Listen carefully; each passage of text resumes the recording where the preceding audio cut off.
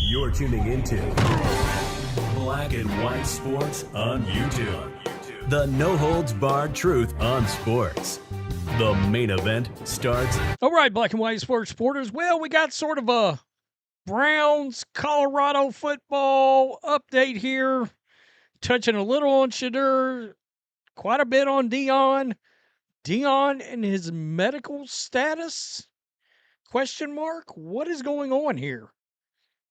This sounds really, really, I don't want to say concerning, but I mean, it is odd that we're randomly calling a press conference for Monday with his medical team.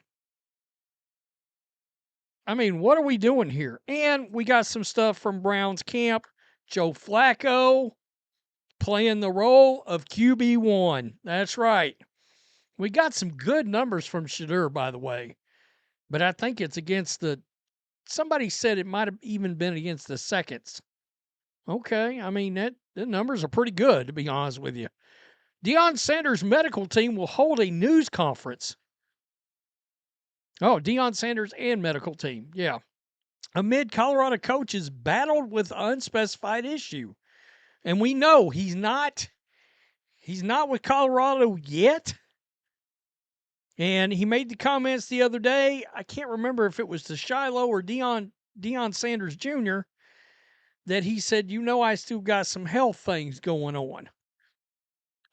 But some people had said, well, he's getting close to heading back to Colorado. Deion Sanders' health has been a closely followed topic this offseason. Last month, reports that the Pro Football Hall of Famer was sidelined with the unspecified illness. Don't forget, he lost, I think, some of his toes or something like that. Had something to do with his feet. That sounds like some kind of neuropathy issue. As Sanders continues to prepare, and have I heard something about blood clots? I think as well. I don't know if he actually got blood clots or they treated him to prevent blood clots. I'm not sure. Sanders continues to prepare for his third season as Colorado football head coach. He offered a positive, albeit brief, update on his health status Friday. Quote, back and feeling great, Sanders wrote on X. All right, you would think he was good to go. Sanders has elected to keep many details about his personal health private, but now appears willing to change course. I don't know that that's a great sign. A press conference with Sanders and his medical team has been scheduled for Monday. Personnel from CU Schultz and UC Health will join Sanders and are expected to, quote, provide general and team updates. University officials said. So is this going to be about the football team or is it going to be about Deion? That's weird. The apparent health concerns prevented the high-profile coach from being fully involved in the football team's spring and summer workouts this offseason. The issues also forced the two-time Super Bowl winner to miss Super Bowl football camps in Colorado, USA Today reported in June. Here we go. In recent years, he has contended with blood clot problems and had two of toes on his left foot amputated. Sanders mostly avoided addressing his health earlier this month at Big 12 Media Day. Quote, I'm already back, the 57-year-old told ESPN July 9th. I'm here today. I'm handling my responsibilities, so I look forward to it. I can't wait. You've got to understand some of the young players. Of the young players I haven't even met yet. Wow. I'm so excited. And then on a social media video posted July 20th, he was talking to Deion Sanders Jr. I'm still going through something before I'm following up, and I ain't all the way recovered.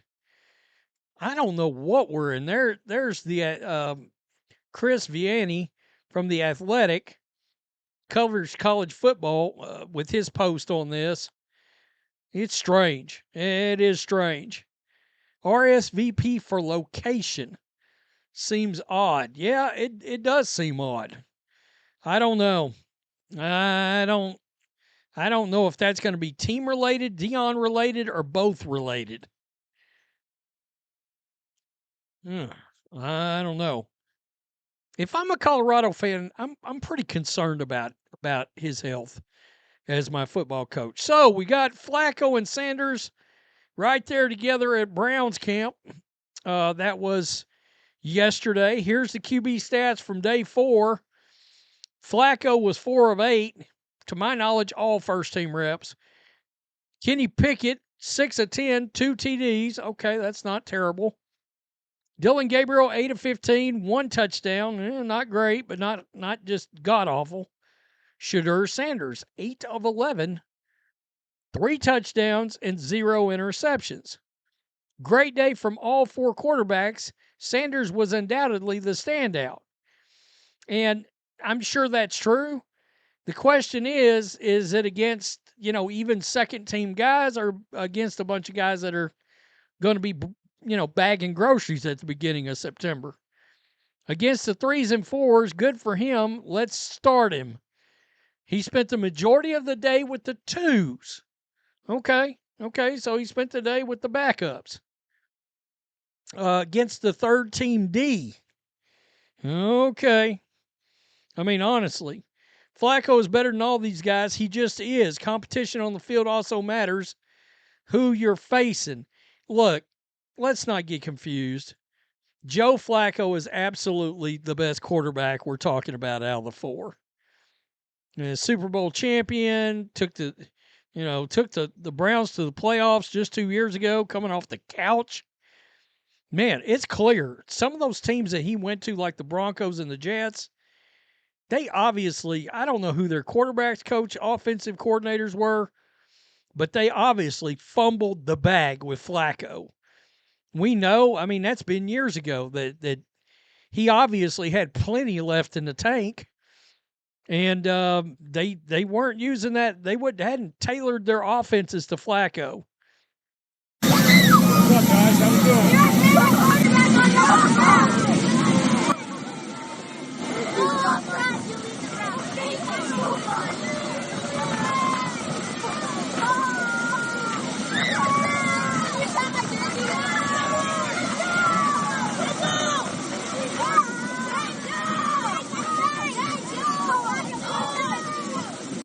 Okay, so that's really cool, Bunch of kids are happy, fired up, right?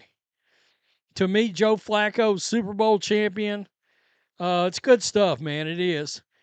Here we go. Flacco's going to win QB1, isn't he? I cannot imagine he doesn't. There he is. Man, he still throws a nice ball. He still throws a nice ball. Tight. He's got a cannon. I mean, he's got a cannon. No doubt about it. He's always had, I would venture to say, Flacco has still got a top, I'm talking about just arm strength, velocity. I bet he's got a top 8 arm in the league. I mean, an absolute bazooka tied to his shoulder. Here we go. Here's some more stuff. He's going to be right here. Oh yeah. The thing about all this is it's Flacco in conjunction with Kevin Stefanski's offense. That's why this works out. Okay. So hey, here we go. We got Sanders. And let's watch him. He's right here, number 12.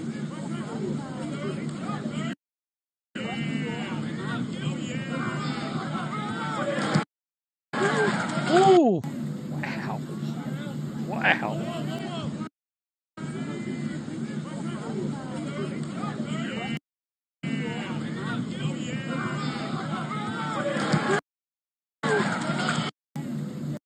I'm going to be honest with you. What I've seen of him thus far kind of makes me think he's gonna be able to play, at least at this level. Again, no pressure on him to really speak of. It's awfully early. Numbers are good, but against what kind of competition? All this stuff. I mean, a lot of people look great in training camp and in practice and get in a real NFL game and they throw up all over their shoes. Sometimes literally, but they just, you find out, okay, this is why this guy should be a career backup, yada, yada, yada. It's worth watching, though. I mean, it is. I don't even want to act like it's not. It's worth keeping an eye on. I am intrigued to see if the Browns have a winning record by, say, week 10, you got to keep rolling with Flacco. Or if they're at least still let's say they're still in playoff contention or got a playoff spot. But the moment that they're out of contention, you got to start putting rookies in at QB. See what you got. Can't forget, Andrew Berry is thinking about next year's quarterback draft. So you got to find out. Tell me what you think. Peace. I'm out. Till next time. Before we jump in, make sure you go to our merch store, our Make Basketball Great Again shirt, and our newest shirt that just came out. Both shirts are brand new. The American Flag Skull Fever Enforcer shirt. And use promo code CC22 for 20% off. Thanks for watching the show. Be sure to like, comment, and subscribe. Be sure to tune in next time on Black and White Sports.